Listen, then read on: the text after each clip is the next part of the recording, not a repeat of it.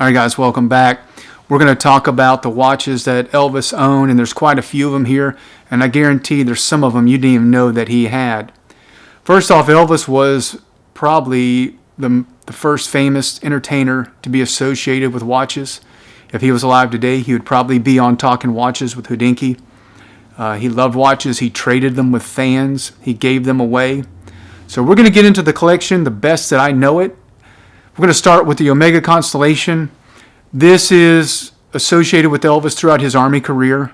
If you see pictures of Elvis in the Army, he's likely wearing that Omega Constellation. That was a chronometer grade movement. It was the caliber 504, hand wound. It wasn't automatic. And here's Elvis in the Army walking around with this nice Omega. It's crazy. Eventually, Elvis wound up giving the watch to Charlie Hodge, his good friend. So again, half the time Elvis was giving his watches away, which is pretty cool. He had another Omega, a Tiffany Omega. Now, this was a gift that was given to Elvis February 1961. It was a ceremony celebrating him hitting 75 million records sold. I think if you sell that many records, you should get a Tiffany Omega. In my opinion, you should get a lot more. It's a small watch. It's 32.5 millimeter. It's an 18 karat gold. The bezel contains 44 brilliant cut diamonds. But what's crazy is this watch sold 5 years ago for 1.8 million. That's wild. Those are two Omegas. Then the one everybody knows, but we got to talk about, is the Hamilton VENTURA. First electric watch, according to Hamilton. Elvis wore it in 1961 in Blue Hawaii. This was product placement by Hamilton and the producers. But Elvis fell in love with the watch. He wound up buying a second one in white gold in 1965. He took the leather strap off and he went to a bracelet. And he kept that one that he bought in 65. It was white gold with black dial. He kept that up until he died. So he was obviously a huge fan of that watch. That's the VENTURA. Next is another one you've probably seen. It is a Rolex, but this isn't the Rolex that I'm wanting to talk about. But we're going to mention it's the King Midas. Weird looking Rolex. I always thought that the King Midas looked like something that Rado would have put out. Just very architectural. Almost has like an Italian design. Really odd looking watch. But Elvis got this as a gift for playing 6 sold-out concerts in 1970 at the Houston Astrodome. So you always see pictures of it, see it laid out across his Bible. So that's the Rolex King Midas. That's reference 9630. And what's interesting about that is that there was only 1,000 pieces made. And at the time, it was the most expensive Rolex that you could buy. That's King Midas. So did he own a Submariner? Yes. Elvis owned a Submariner. He owned the Big Crown reference 6538. There's not a lot known about why he has the watch, where he got it. Was it in a movie? Was it in Roustabout? There's pictures of him with it wearing like a sailor's hat. Other than that, you don't hear much about it. Sean Connery wore one in James Bond as well. So you'll hear that mentioned a lot with that Big Crown. But that Submariner is one of the most sought-after Submariners. You've got the red triangle on the bezel. That's just an awesome watch, and he had it before the Submariner was popular. The reason it's called the Big Crown is it's got a 8 millimeter diameter winding crown with no crown guard. So I guess that's why it was only in production for a short period of time. I think they only produced it in the later 50s, and then they took it out of production. So yes, Elvis had a Rolex Submariner Big Crown. Let's go on to a few more that are really odd. The CORUM Buckingham. To think that Elvis owned a CORUM was odd to me. When I first saw that Elvis had a CORUM, I was like, man, I didn't even know they were around back then. I wasn't even familiar with CORUM.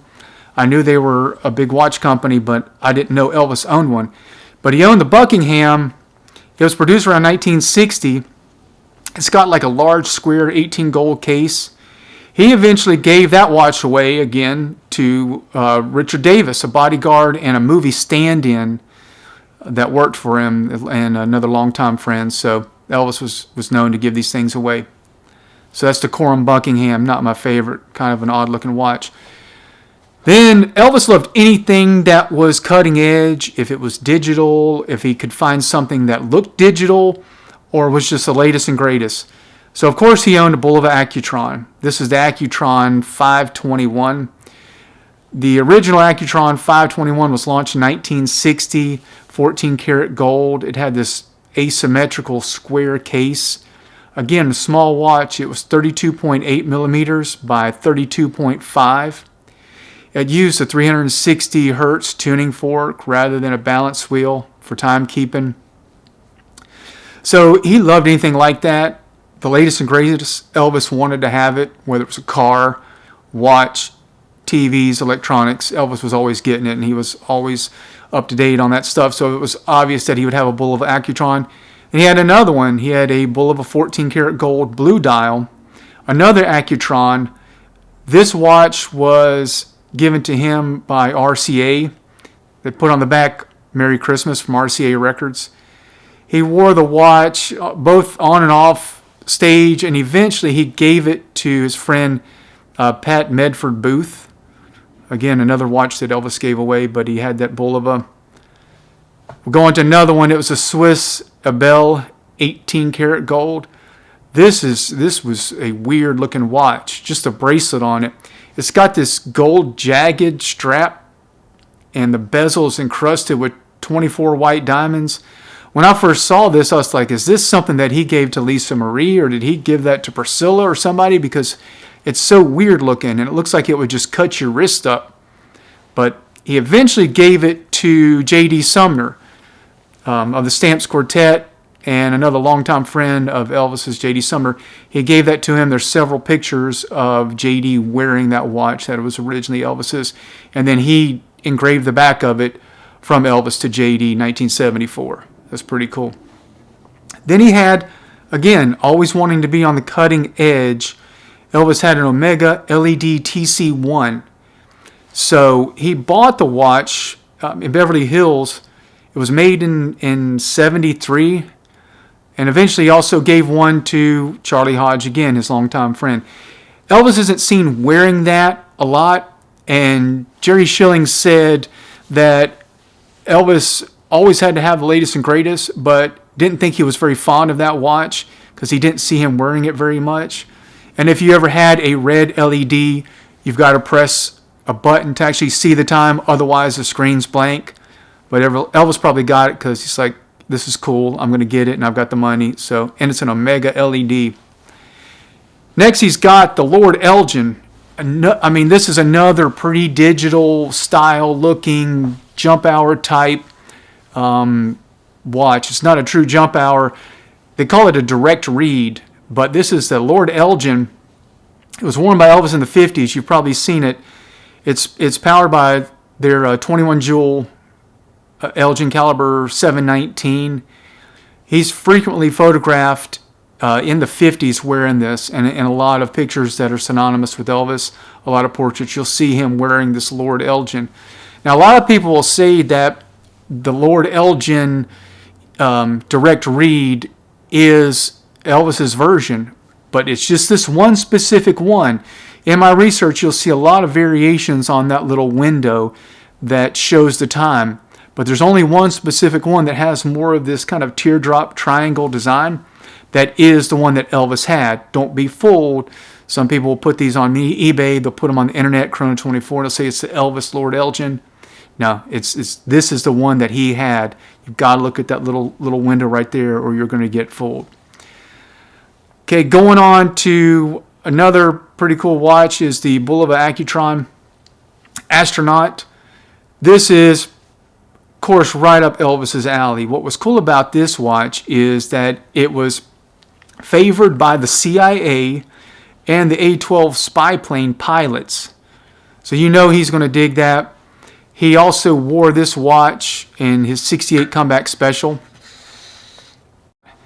He had it on like a big black leather wristband in the 68 comeback special where he's wearing it. And if you go look at some images from that TV special, you'll see that he's wearing that Bulova ACCUTRON Astronaut.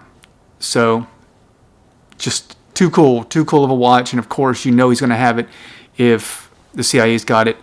Another kind of a bonus watch I want to tell you about, not really owned by Elvis, but he bought about 3 dozen of these MATHEY Tissot. It's not Tissot. MATHEY Tissot is a different company than Tissot, still in business today. But he bought about 3 dozen of these MATHEY Tissot watches that he wound up giving to everybody. All his band members, Sweet Inspirations. He was giving everybody these MATHEY Tissot watches. So it's not really a watch that he wore that I understand. Maybe I'm sure he had one. But I thought I'd bring it up because how cool is it that he's giving everybody watches? He's buying 3 dozen watches. And that's probably nowhere tip of the iceberg of all the watches that Elvis gave away.